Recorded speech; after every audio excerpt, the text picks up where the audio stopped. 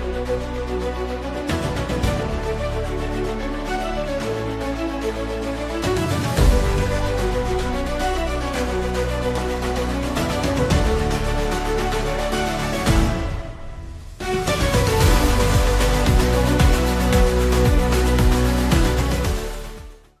আমি লাভদাংগুৰি এলেকাত মুখ্য কাৰ্যালয় হিচাপে উদ্বোধন কৰিলো আৰু ইয়াত ৰাইজে আমাক মুকলিভাৱে সমৰ্থন জনাইছে।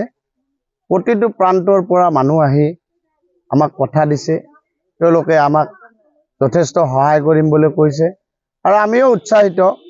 আমাৰ মানুহৰ মাজত যিটো আমাৰ যি ৰাজনৈতিক ৰণকৌশল তেওঁলোকে ভিতৰে ভিতৰে কৰি আছে আৰু সন্মুখৰ পৰা আমাক নেতৃত্ব দিবলৈ তেওঁলোকে এজন ভাল মানুহ পোৱা বুলি তেওঁলোকে নিজে কৈছে। মই নিজে নকওঁ মই নিজে ভাল বুলি, কিন্তু ৰাইজে যেটো কৈছে যে অসমীয়া মানুহৰ বা এই অঞ্চলৰ মানাহ সমষ্টিৰ প্ৰতিটো জাতি জনগোষ্ঠীৰ লগত লৈ যাব পৰা এজন ব্যক্তি বুলি, তেতিয়া মই এটা অনুভৱ কৰিছোঁ যে সঁচাকৈ মই বহু বছৰ আগতে এই ৰাজনৈতিক পথাৰখনত আহিব লাগিছিল আৰু মানুহৰ যি বিপদ আপদ এইখিনি মই সমস্যা কৰিব পাৰিলোহেঁতেন। মই এতিয়া প্ৰতিদ্বন্দ্বী হিচাপে কোনো ব্যক্তিক দেখাই পোৱা নাই। আজিলৈকে না মই BPF-ৰ কেণ্ডিডেটজনক মোৰ ৰাস্তাত মই লগ পাইছোঁ, না UPPL-ৰ মানুহজনক লগ পাইছোঁ। সেই ক্ষেত্ৰত মই প্ৰতিদ্বন্দ্বী হিচাপে তেওঁলোকৰ অৱশ্যে প্ৰচাৰ অৱস্থাত যিহেতুকে তেওঁলোকৰ দুই এখন বেনাৰ দেখিছোঁ, বাকী তেওঁলোকৰ ব্যক্তিসকলকতো মই দেখা নাই, তেওঁলোকৰ কৰ্মীসকলকতো মই দেখা নাই। সকলো মোৰে কৰ্মী হৈ আছে আৰু মই ভিতৰে ভিতৰে BPF-ৰ মানুহে মোক কিন্তু প্ৰচাৰ কৰি আছে।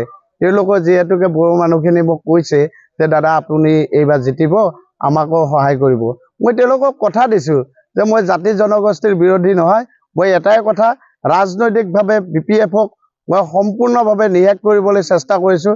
এইটো কাৰণত তেওঁলোকে যিখিনি ৰাজনীতি কৰিলে, আজি BPF-ৰ যিজন থানেশ্বৰ বড়ো ডাঙৰীয়া 10 বছৰ কাল ইয়াত আছিল আৰু এই 10 বছৰ কালত তেওঁলোকে আমাৰ মানুহৰ মাজত ৰাস্তা নাই, আমাৰ মানুহক তেওঁলোকে একো উন্নয়ন কৰি নিদিলে। এই ক্ষেত্ৰত মই আমাৰ মানুহখিনিয়ে সকলো কথা কৈছে যে আমি এইবাৰ আপোনাক ভোট দিম আৰু থানেশ্বৰ বড়োক বিদায় দিম। আৰু এই ক্ষেত্ৰত এটা কথা কওঁ, UPPL-ৰ মাননীয় প্ৰমোদ বড়ো ডাঙৰীয়াক মই আহ্বান জনাইছোঁ যে আপোনাৰ নেতাজনক অলপ আগতে চিনাকি হৈ কিনে আপুনি ইলেকশ্যন খেলিবলৈ দিব লাগিছিল, কিন্তু বহু দেৰি হ'ল। আপোনালোকে মোৰ লগত টক্কৰত আহিব লগা নাই, আপোনালোকে নিজে নিজে পিছুৱাই আছে। আপোনাৰ হয় জাতিটোক ভাল পোৱা আমাৰ নেতা অখিল গগৈ। এই যিহেতু জাতি জনগোষ্ঠী সকলো মানুহৰ লগত এটা তেওঁৰ পৰিচয় আছে।